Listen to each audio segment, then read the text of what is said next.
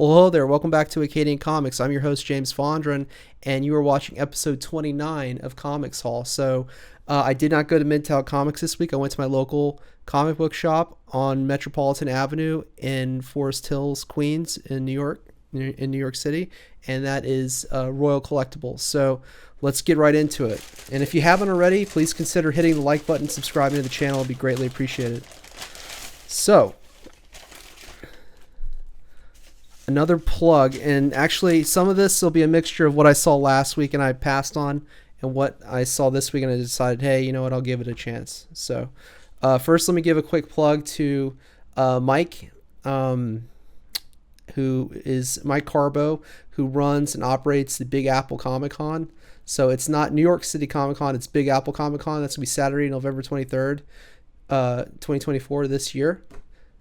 Coming up soon. So it's going to be at the New Yorker Hotel on 8th Avenue and 34th Street. So check that out. If you want to try to QR code it, you can. But also the website, I believe he's got his website on here, huh?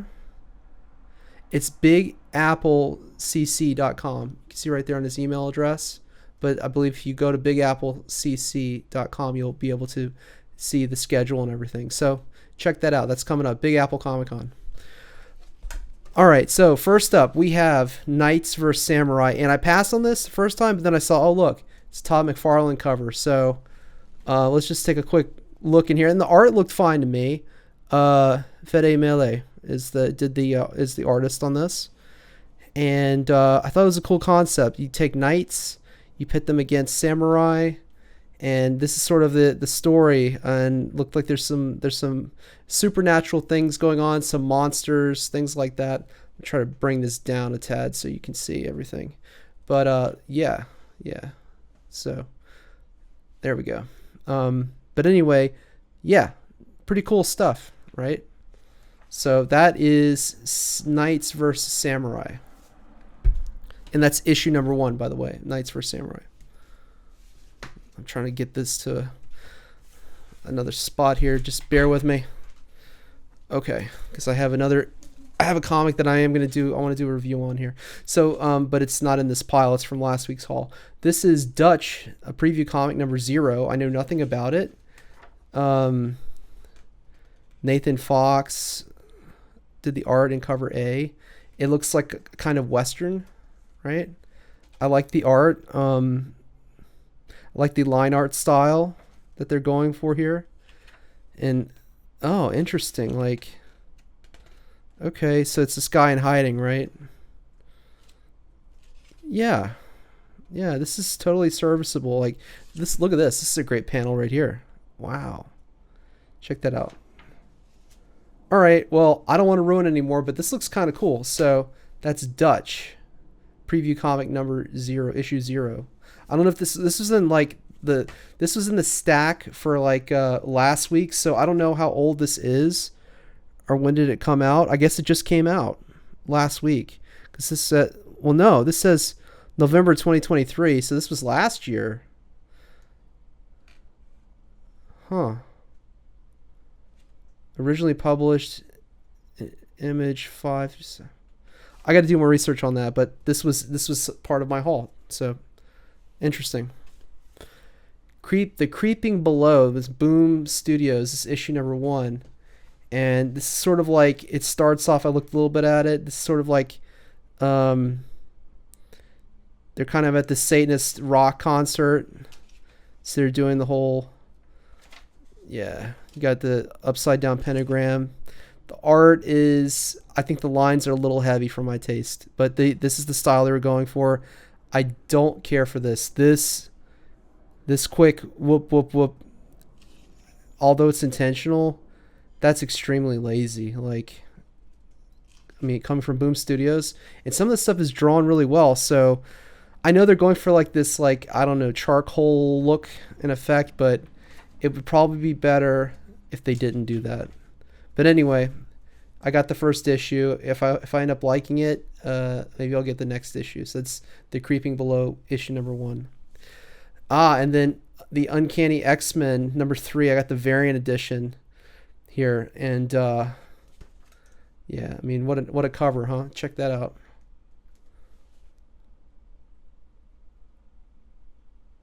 Yeah, awesome. Awesome, awesome. But yeah, I mean, I'm really liking the story. I am enjoying the art style here. Obviously, having Nightcrawler on the cover is a sweet move on this variant cover, but I like the art style. Haven, Louisiana, 46 miles from New Orleans. It's probably like Homa. I mean, I'm from Louisiana, so interesting. But anyway, I don't want to spoil this too much, but I like how they're kind of telling a story here. You know, Rogue, Gambit, Logan, they're down the bayou, and things are going on. You know, so they got these new mutants that came in, and they're down at this house down the bayou in Louisiana, and yeah, so I'm looking forward to reading this. I'm enjoying this so far. This run of the Uncanny X-Men. Red Coat number 6. I gotta tell you, I'm gonna give you my complete thoughts on this, but Red Coat is a comic that is just really dialogue driven and heavy. There's nothing wrong with the art. I mean,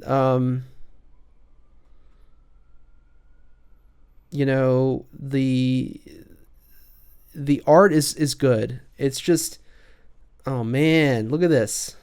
It's like the Illuminati. See, I'm so far behind, but you know,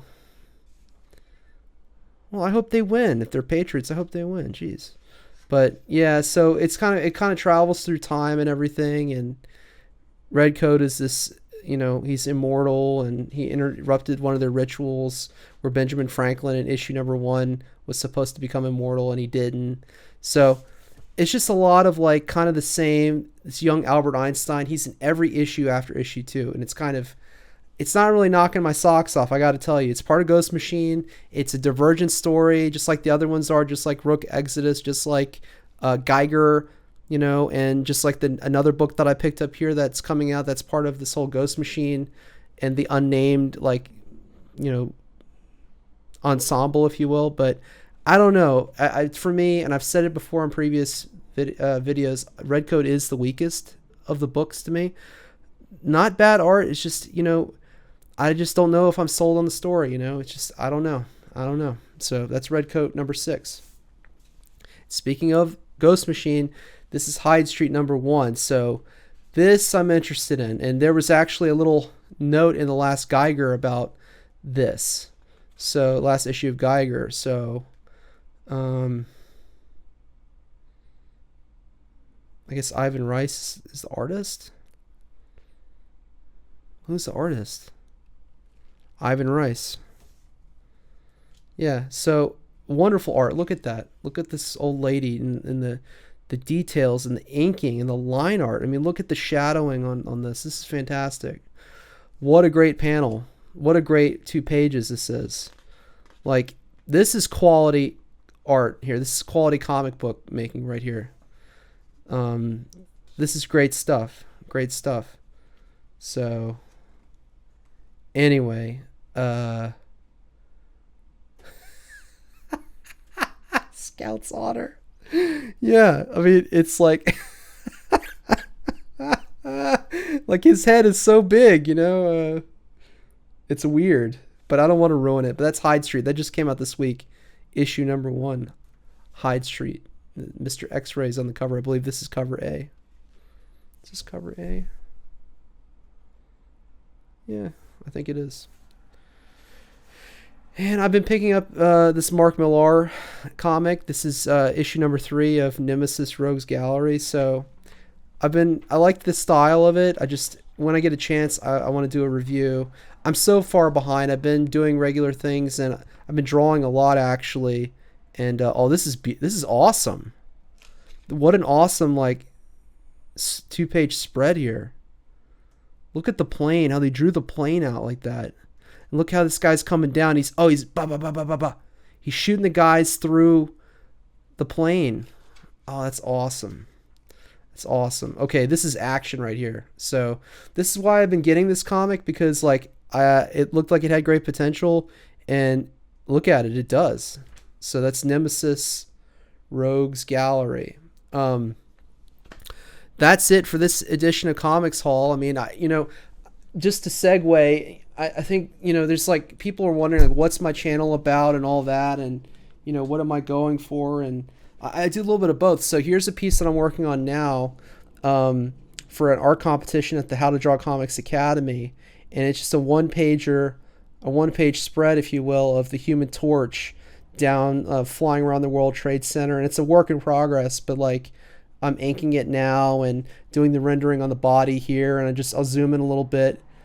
And yeah, I've redrawn this figure like a couple times now, and I finally got it to where I want it. But this is what I'm doing. Like, I'm trying to do, because I have to, in order to tell my own story and do my own comic, I have to have the drawing skills. I don't have the funds to hire an artist, and I don't want to do it when I can do it myself. And I'd rather do my own art.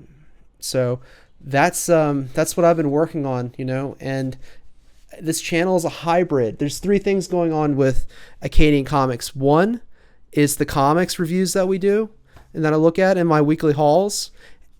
Two is some drawing videos. I do like time-lapse videos of some of my Procreate projects that I've done.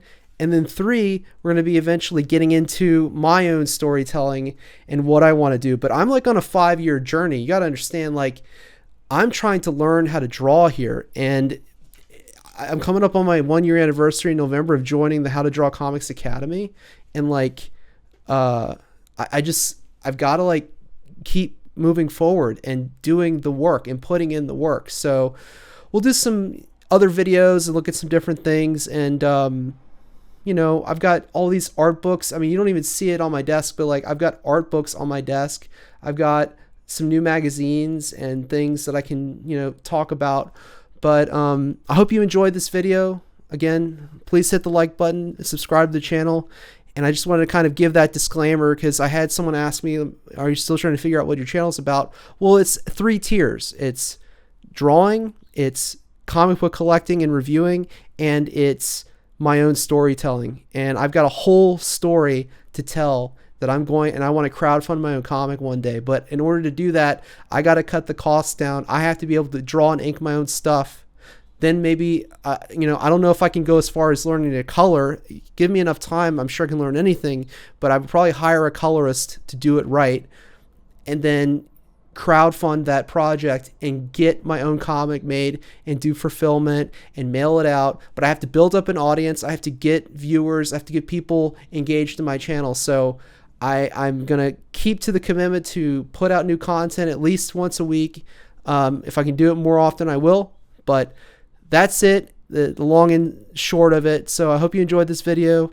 I'll catch you right here next time at Acadian Comics.